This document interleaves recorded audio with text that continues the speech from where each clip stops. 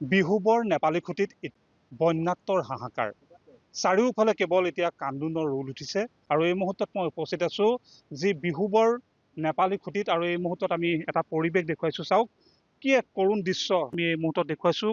এই বাহনখন উদ্ধাৰ কৰিব নোৱাৰিলে পৰিয়ালৰ লোকে আৰু এই পৰিয়ালৰ লোকৰ এই বাসগৃহৰ পৰিৱেশ দেখুৱাইছো। চাওক এক ধ্বংসস্তূপত পৰিণত হৈ গ'ল এই যি হঠাৎ অহা বলীয়া বানৰ ফলত। আৰু এই মুহূৰ্তত আমি দেখুৱাইছো চাৰিওফালে কেৱল বোকাময় পৰিৱেশ আৰু তাৰ সমান্তৰালভাৱে আন এখন বাহন দেখুৱাইছো। চাওক এখন নতুন বাহন, চাৰিচকীয়া এখন নতুন বাহন এনেধৰণে ঘৰৰ ইতিমধ্যে মূধচত ওলমি আছে।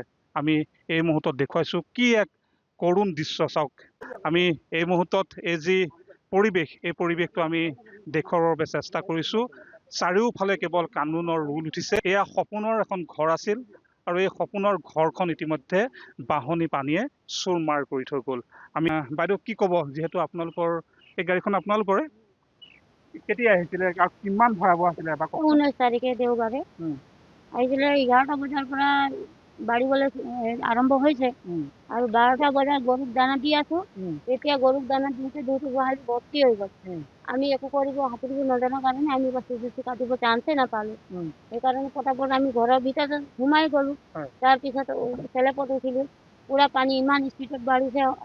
আকৌ আমি সাঁতুৰিলে নজনাৰ কাৰণে আমি সব ভিতৰত দৰজা টৰজা লগাই ল'ৰা মই তেওঁ হাজবেণ্ড নাছিলে, টাউনলৈ গৈছিলো। আমি টিং ভাঙি ওপৰত উঠিলো। টিঙৰ ওপৰত উঠি গোটেই ৰাতি আমি কটালো। এই ধৰণে আমি বাচিলো। এতিয়া আপোনালোকৰ গাড়ীখনৰ লগতে ঘৰৰ সকলো সামগ্ৰী একো বচা নাই, একো বচা নাই। এতিয়া কেনেকে থাকিব আপোনালোকে ইয়াতে? এইটো ক'ব পৰা নাই এতিয়া কি হ'ব কি নাই। গৰুটো চব মৰি গ'ল। 24টা আছিলে, 24টা আছিলে, এটাই বাচিলে। এটা বাজিছে, 23টা গৰু মৰি থাকিল। আৰু আপোনালোকে যিহেতু গাখীৰ বিক্ৰী কৰি আপোনালোকে গাখীৰ বিজনেছ শিৱসাগৰ টাউনলৈ যায় গাখীৰ লৈ। এইটো তাৰ বেলেগ বিজনেছ নাই। এতিয়া ঘৰৰ ভিতৰত আপোনালোকৰ কিমান বোকা? বোকাটো ক'বই নোৱাৰি, আঁঠুৰ ওপৰতে আছে। চফুট ঘৰৰ ভিতৰত চফুট পানী, বোকা আঁঠুৰ ওপৰতে হৈছে।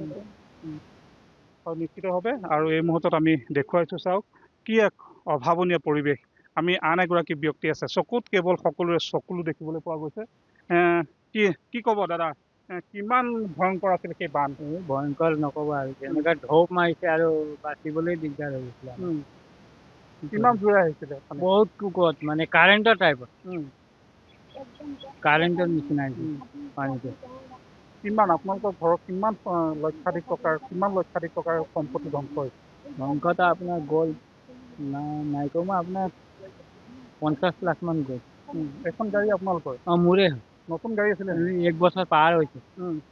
ইনষ্টলমেণ্ট দি আছিলো, 21,000 ইনষ্টলমেণ্ট মাহে মাহে দি আছিলো। কিন্তু এতিয়া আৰু নোৱাৰিছে। গৰু কিমান গ'ল? 23টা, 24টাৰ ভিতৰত এটাই থাকে। কেনেধৰণে থাকিব এতিয়া আপোনালোকে? কেনেধৰণে পৰিয়াল চাওঁ আজি কেনেকুৱা থাকিম, এতিয়া উপায় পোৱা নাই, কি কৰিম কি নকৰিম। অসহায় হৈ পৰিছে আপোনাৰ?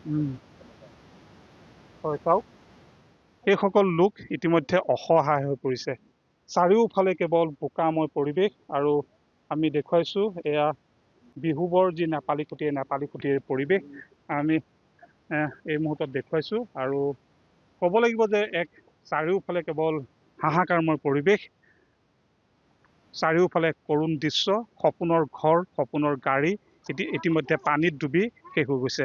তাৰ সমান্তৰালভাৱে আমি কথা পাতিবলৈ চেষ্টা কৰিছো সেই লোকসকলৰ যি মৰ্মবেদনা, এই মৰ্মবেদনা আমি সমভাগী হ'বৰ বাবে চেষ্টা কৰিছো। আৰু এনেধৰণে ক'ব লাগিব যে চাৰিওফালে কেৱল মৰিশালী সদৃশ পৰিৱেশ, চাৰিওফালে কেৱল কান্দোনৰ ৰোল। আৰু এনেধৰণে ক'ব লাগিব যে হঠাৎ অহা বলীয়া বানে এইসকল লোকৰ, এইসকল বন্যাত্মৰ সকলো সপোন ধ্বংস কৰি পেলালে।